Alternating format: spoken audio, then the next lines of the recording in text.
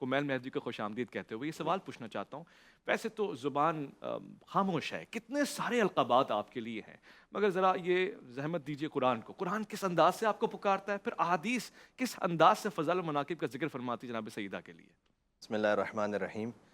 دیکھیں، کاغذ پہ پہلے سورہ مریم کو دم کروں، واہ، تب فاطمہ کی عصمت و عفت رقم کروں. سبحان تو اللہ. وہاں تو جو منزل ہے کہ آفاق میں زہرا کا نہیں ہے کوئی ہمسر، ہاں، زوجہ صد اللہ کی اور بنت پیمبر، ہاں ہاں حوا کا شرف نور خدا عرش کا زیور، ہاں اور قرآن میں جسے یاد کرے خالق اکبر. ہاں. تو ثانی کوئی زہرا کا نہ ہوگا نہ ہوا ہے.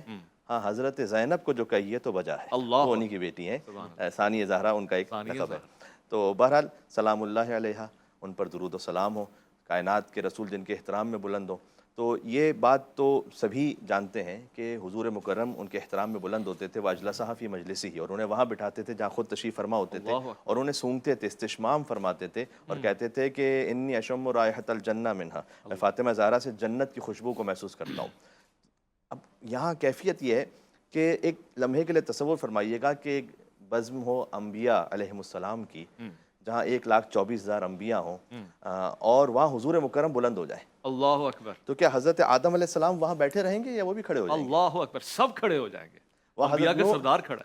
سید المرسلین کھڑے ہیں، ہاں، تو حضرت نوح علیہ السلام وہاں بیٹھے رہیں گے یا وہ بھی کھڑے ہو جائیں گے؟ اللہ اکبر. حضرت ابراہیم علیہ السلام، حضرت موسیٰ علیہ السلام، حضرت عیسیٰ علیہ السلام، وہ بھی کھڑے ہو جائیں گے نا.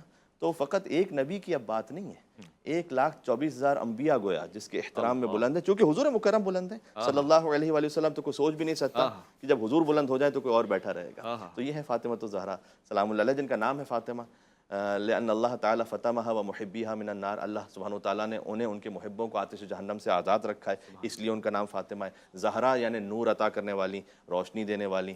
بطول یعنی اللہ سبحانہ وتعالیٰ نے جنہیں تمام نسوانی عوارض سے ایسے پاک رکھا کہ احمد بن یوسف کرمانی دمشقی کی کتاب ہے الاخبار الدول والآثار الاول فی التاریخ. تو میں حوالہ اس لیے دے رہا ہوں کہ اس میں بات بہت بڑی ہے. تو انہوں نے جلد نمبر 1 صفحہ نمبر 256 پر اس بات کو لکھا ہے کہ حضرت عائشہ فرماتی کہ کانت لا تحیز، کہ وہ نسوانی عوارض سے پاک تھی، لأنہا خلقت من تفاحت الجنہ، اس لیے کہ وہ جنت کے سیب سے خلق کی گئی تھی. حضور مکرم کو بلایا تھا نا اللہ سبحانہ وتعالیٰ نے عرش پر، معراج پہ. اور معراج پہ بلا کے وہ سیب عطا فرمایا تھا، اور فرمایا تھا کہ یہ ہے نور فاطمہ. آپ جب یہ تناول فرما لیجئے، یہ سبب بنے گا اس بات کا کہ آپ زمین پر زہرا سلام اللہ علیہا اپنی اس بشری کیفیت میں تشریف لائے. تو جو سیب ہے اللہ سبحانہ، اس لیے انہوں نے فرمایا کہ لأنہا خلقت من تفاحت الجنہ، انہیں جنت کے سیب سے اللہ سبحانہ وتعالیٰ نے خلق فرمایا تھا. وہ بقول شاعر کے اپنے محبوب کو خود سیب کھلایا ہوگا اور نور کو نور محمد سے ملایا ہوگا، واہ واہ واہ. اور حسن کونین کو شاہکار سراپا دے کر تب کہیں فاطمہ زہرا کو بنایا ہوگا. سبحان اللہ. اور تیری آمد کی خبر سورہ کوثر میں بیاں کر کے رنجیدہ محمد کو ہنسایا ہوگا. اور تیری تخلیق سے پہلے ہی خدا تعالیٰ نے تیرا ہم پلہ تیرا کف بنایا ہائے ہوگا. ہائے ہائے، واہ واہ واہ. تیری خاطر اسے ہر دور زمانہ سمجھے، اس کی آمد کے لیے کعبہ سجایا ہوگا. اس کے درجات زمانے کو بتانے کے لیے شاہ کونین نے ہاتھوں پہ اٹھایا ہوگا. تو یہ ایک عجیب ہی کیفیت ہے یہاں. تو چونکہ جنت کے سیب سے خلق کیا گیا، تو وہ عام طور پر خواتین جن ایام سے گزرتی ہیں ان سے پاک تھیں. اس کے بعد فرمایا کہ وَلَقَدْ وَزَعَتِ الْحَسَنُ وَالْحُسَيْنُ بَعْدَ الْعَصْرِ. امام حسن علیہ السلام کی ولادت 15 رمضان مبارک آنے والی ہے، آپ جشن کریں گے انشاءاللہ. تو حسن علیہ السلام کی ولادت ہوئی عصر کے بعد، وصلت المغرب. اللہ اکبر، سبحان اللہ. اگر آپ محسوس جی کر جی، پائیں اس بات کو بھرپور. کہ مغرب کی نماز بی بی فاطمہ نے ادا کی، عصر کے بعد امام حسن علیہ السلام کی ولادت ہوئی اور مغرب کی نماز ادا کی. تو یہ وہ بطول ہیں جن کے ہاں ولادت ہونے کے بعد بھی نماز بھی جاری رہتی ہے، روزہ بھی باقی رہتا ہے. سبحان اللہ، سبحان اللہ. یہاں پر وہ عصمت کی کیفیت ہے اور وہ طہارت کی کیفیت ہے در حقیقت. انما یرید اللہ لیذھب عنکم الرجس اہل البیت ویطہرکم تطہیرا. تو اللہ سبحانہ وتعالیٰ نے وہ خاص الخاص تحفہ اپنے حبیب کو عطا فرمایا.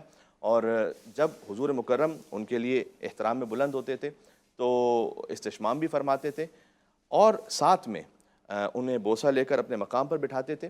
یہ ساری باتیں پھر اللہ سبحانہ وتعالیٰ نے ان کے لیے انا اعطیناک الکوثر، کہ اے حبیب ہم نے آپ کو کوثر عطا کیا. تو دیکھیں کوثر جنت کی ایک نہر بھی ہے، لیکن فقط یہاں یہ مراد نہیں ہے. اچھا، اس لیے کہ جس کے صدقے میں پوری کائنات اللہ سبحانہ وتعالیٰ نے خلق کی ہوئی، تو اللہ تعالیٰ ایک نہر دے کے نہیں کہے گا کہ ہم نے تمہیں کوثر. جنت کی سردار آپ ہیں. جی جی جی.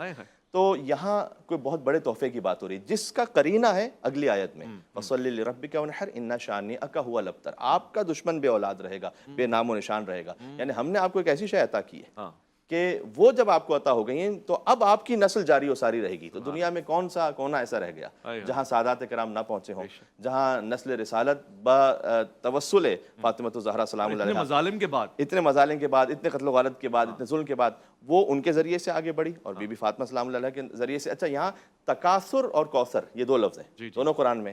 تکاثر وہاں جہاں شر میں کثرت ہے, کوثر جہاں خیر میں کثرت ہے. الہاکم التکاثر حتی زرتم المقابر, کہ تمہیں کثرت مال و اولاد کی طلب نے ہلاک کر دیا, یہاں تک کہ تم قبروں پہ پہنچ گئے اور وہاں گننے لگے اور وہاں بتانے لگے کہ ہمارا قبیلہ کتنا بڑا تھا. انا اعطیناک الکوثر, یہاں خیر کی بات ہے. کیا خیر کی وہ کثرت ہے کہ ہر خیر اپنی معراج پر ہے, کہ ہم نے آپ کو کوثر عطا کیا. فصلی لربک وانحر, آپ نماز پڑھیے اور اپنے رب کے لیے بڑی قربانی دیجیے. ان شانئک هو الابتر, آپ کا دشمن ہی بھی اولاد رہے گا. علامہ جلال الدین سیوطی نے تفسیر در المنصور میں اس بات کو لکھا ہے سورہ رحمان کی اس آیت کی ذیل میں کہ مرج البحرین یلتقیان مرج البحرین یلتقیان بینہما برزخ لا یبغیان. چونکہ آپ نے قرآن کی بات کی تھی کہ اس سے تھوڑی سی بات ہو, تو مرج البحرین یلتقیان بینہما برزخ لا یبغیان فبأی آلاء ربکما تکذبان. تو تفسیر در المنصور میں انہوں نے اس روایت کو لکھا ہے کہ حضور مکرم صلی اللہ علیہ وآلہ وسلم نے ارشاد فرمایا کہ بحرین, دو سمندر, ایک تو اس کا ظاہر ہے جو دنیا میں آپ کو مل جائے گا, ایک اس کا باطن ہے. باطن حضور نے فرمایا کہ یہاں ہما علی و فاطمہ, یہ وہ دو سمندر ہیں کہ جنہیں اللہ سبحانہ و تعالیٰ نے ملایا. ایک علم و حکمت کا سمندر ہے, ایک عفت و طہارت کی سمندر ہے. اللہ سبحانہ و تعالیٰ نے بینہما برزخ لا یبغیان, ان کے درمیان ایک ایسی برزخ ہے کہ کبھی ایک دوسرے سے عبور نہیں کر سکتے اور تجاوز نہیں کر سکتے. فبأی آلاء ربکما تکذبان, تم اپنے رب کی کون کون سی نعمتوں کو جھٹلاؤ گے. یخرج منہما اللؤلؤ والمرجان, ان سے ہم نے لولو اور مرجان خارج کیے. لولو سے مراد سبز موتی ہے, مرجان سے مراد سرخ موتی ہے. سب سے مراد امام حسن علیہ السلام ہے, مرجان سے مراد امام حسین علیہ السلام ہے. فبأی آلاء ربکما تکذبان, تم اپنے رب کی کون کون سی نعمتوں